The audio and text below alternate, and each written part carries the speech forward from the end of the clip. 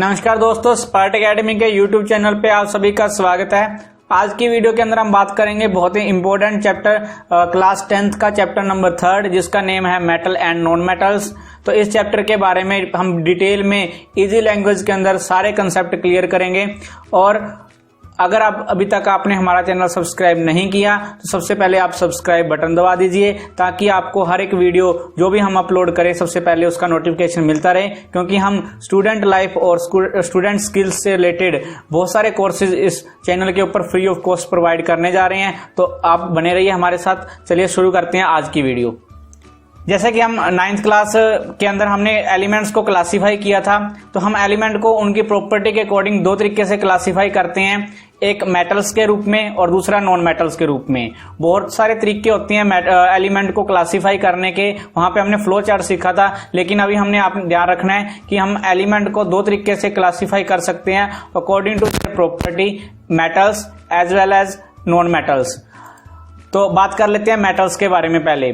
तो मेटल्स की बहुत सारी प्रॉपर्टीज होती हैं जो हम इस चैप्टर में डिस्कस करेंगे। तो सबसे पहले हम इनकी फिजिकल प्रॉपर्टी के बारे में बात कर लेते हैं। तो दो टाइप की प्रॉपर्टीज हम चैप्टर के अंदर डिस्कस करेंगे, फिजिकल प्रॉपर्टी और साथ में केमिकल प्रॉपर्टी। तो पहले हम बात कर रहे हैं फिजिकल प्रॉपर्टीज की। तो फिजिकल प्रॉपर्टी है मेटल्स की। तो बहुत सारी प्रॉपर्टीज होती हैं मेटल की, आप अपने चारों ओर देखते हो बहुत सारी मेटल्स हैं। तो उनकी क्या क्या प्रॉपर्टीज हैं तो ये आप खुद भी इसको देख सकते हो प्रैक्टिकली। अपने चारों ओर जितनी भी मेटल्स हैं आप उनको अच्छे से ऑब्जर्व कीजिए और वहां पे आप उनकी प्रॉपर्टी फाइंड करने की कोशिश कीजिए कि कौन सी प्रॉपर्टी वहां पे उस मेटल की यूज हो रही है। तो जैसे कि हम बात करते हैं, सबसे पहली प्रॉपर्टी है कि जो मेटल्स होती हैं वो हार्ड होते हैं और उनका जो टेंजाइल स्ट्रेंथ होती है वो बहुत ज्यादा होती है। और जो मेटल्स होते हैं वो सॉलिड होते हैं रूम टेम्परेचर के ऊपर। तो हार्ड होने के कारण और उनकी हाई टेंजाइल स्ट्रेंथ होने के कारण हम उनका यूज करते हैं, बिल्डिंग बनाते हैं, बिल्डिंग मटेरियल में, कंस्ट्रक्शन मटेरियल में। जैसे हम ये ब्रिज बनाया हुआ है तो इसमें यहाँ पे देखो मेटल्स लगी हुई हैं। तो ये इसीलिए लगी हुई हैं क्योंकि इनकी टेंजाइल स्ट्रेंथ बहुत ज्यादा है और ये हैवी लोड को क्या कर लेती हैं, बैलेंस कर लेती हैं, उनको विदस्टैंड कर जाती हैं, तो ब्रेक नहीं होती। तो इसलिए मेटल्स का यूज होता है कंस्ट्रक्शन जो एरिया है और यहाँ पे लोड ज्यादा हैंडल करना है उन एरिया के अंदर। नेक्स्ट हम मूव करते हैं प्रॉपर्टी के ऊपर।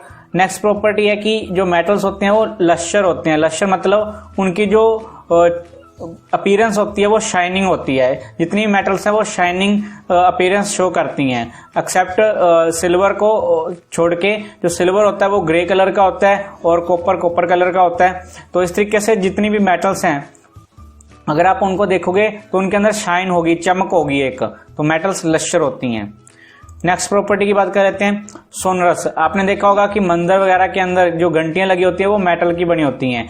क्यों? क्योंकि जब आप इसको हिट करते हो तो ये साउंड प्रोड्यूस करती हैं। तो ये भी मेटल की एक प्रॉपर्टी होती है कि जो मेटल्स होती हैं वो सोनरस होती हैं, मतलब कि जब हम उसके ऊपर हिट करेंगे किसी चीज से तो वो साउंड प्रोड्यूस करेंगी। इसलिए इस प्रॉपर्टी का यूज करते हैं हम म्यूजिकल इंस्ट्रूमेंट बनाने के लिए। जैसे गिटार हो गया, उसमें मेटल की इस प्रॉपर्टी का यूज किया जाता है, सोनरस प्रॉपर्टी का। तो इस तरीके से बहुत सारी प्रॉपर्टी हम मेटल की डेली लाइफ में देखते हैं। तो नेक्स्ट मूव करते हैं नेक्स्ट प्रॉपर्टी के ऊपर, good conductor of heat and electricity. तो जितने भी मेटल्स होते हैं, मोस्टली मेटल्स जो इलेक्ट्रिसिटी को कंडक्ट कर देते हैं और हीट को भी अच्छे तरीके से कंडक्ट कर सकते हैं। तो इसीलिए हम इनका यूज करते हैं। देखो आप, जैसे हमारे पास जो ट्रांसफॉर्मर्स होते हैं या फिर हमारे पास जो बिजली घर होती हैं उनके अंदर बहुत सारी मेटल्स का यूज किया जाता है। तो इसीलिए किया जाता है क्योंकि ये इलेक्ट्रिसिटी को बड़ी आसानी से अपने अंदर पास होने देती हैं, गुड कंडक्टर होती हैं हीट के भी और इलेक्ट्रिसिटी के भी। नेक्स्ट हम बात कर लेते हैं नेक्स्ट प्रॉपर्टी के ऊपर। नेक्स्ट प्रॉपर्टी इंपॉर्टेंट है, ये भी मिलेबल। जो मेटल्स होते हैं वो मिलेबल होते हैं। मिलेबल मतलब उनको अगर आप हैमर की हेल्प से बीट करेंगे ना तो वो क्या कर सकते हैं, थिन शीट के अंदर हम उनको कन्वर्ट कर सकते हैं।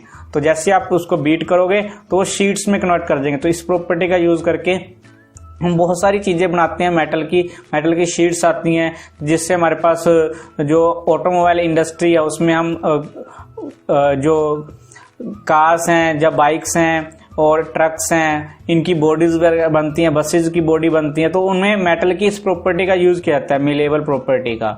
तो उसके अंदर शीट्स लगी होती हैं बस के अंदर, ट्रक के अंदर मेटल्स की, तो वो इसीलिए पॉसिबल हो पाया क्योंकि जो मेटल्स होती हैं वो मिलेबल होती हैं। जैसे आप उसको हैमर की हेल्प से बीट करते हो तो वो शीट्स में कन्वर्ट हो जाती है।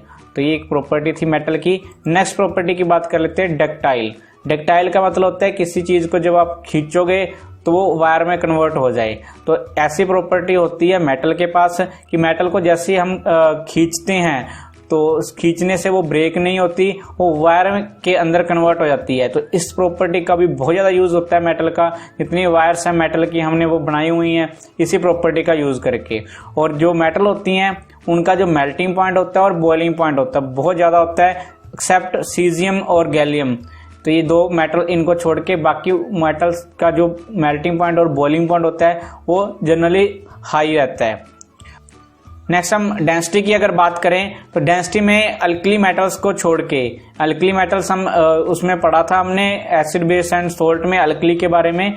तो अल्कली मेटल्स को छोड़ के बाकी जो हैं जैसे ओस्मियम हो गया, ओस्मियम की जो डेंसिटी है वो हाई होती है, हाईएस्ट डेंसिटी है, और लिथियम जो है वो लीस्ट डेंस मेटल है। तो ये डेंसिटी का हमारे पास टॉपिक था। तो डेंसिटी में देखा कि ओस्मियम हाईएस्ट डेंसिटी इसकी होती है और जो लिथियम है इस मेटल की जो डेंसिटी होती है वो लीस्ट रहती है।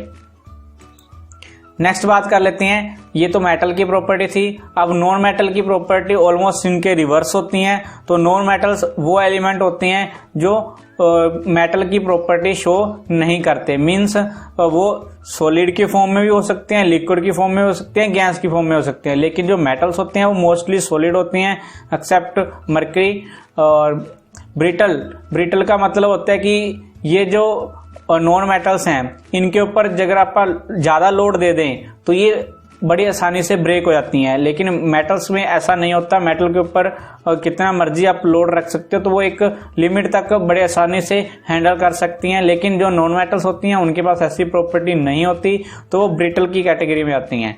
नेक्स्ट है नॉन मिलेबल। तो जो नॉन मेटल्स होती हैं उनको हम हैमर की हेल्प से शीट्स में कन्वर्ट नहीं कर सकते, लेकिन मेटल कन्वर्ट हो सकती हैं। नेक्स्ट देख लेते हैं, जो नॉन मेटल है वो नॉन डक्टाइल होती हैं। मीन्स इनको हम खींच के वायर के अंदर कन्वर्ट नहीं कर सकते, लेकिन मेटल को किया जा सकता है। नेक्स्ट है कि ये जो नॉन मेटल्स होती हैं ये नॉन सोनरस होती हैं। नॉन सोनरस मीन्स ये साउंड प्रोड्यूस नहीं करेंगी।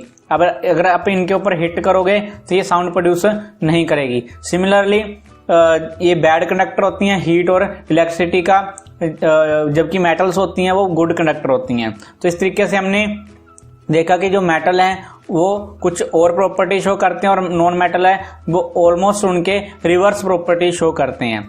ये आज का टॉपिक था जिसमें हमने डिस्कस किया physical property of metal and non metal. तो अगर आपको हमारा कंटेंट अच्छा लगता है तो इस वीडियो को ज़्यादा से ज़्यादा शेयर कीजिए, लाइक कीजिए, और सबसे पहले आप हमें YouTube के ऊपर सब्सक्राइब कर लीजिए ताकि आपको हर एक वीडियो का नोटिफिकेशन सबसे पहले मिल सके जैसे ही हम कोई वीडियो अपलोड करें। क्योंकि हम स्टूडेंट लाइफ और स्किल्स के ऊपर बहुत सारे कोर्सेज फ्री ऑफ कॉस्ट यहाँ पे प्रोवाइड करते हैं। तो बने रहिए हमारे साथ और सपोर्ट करते रहिए। Thank you so much for watching this video.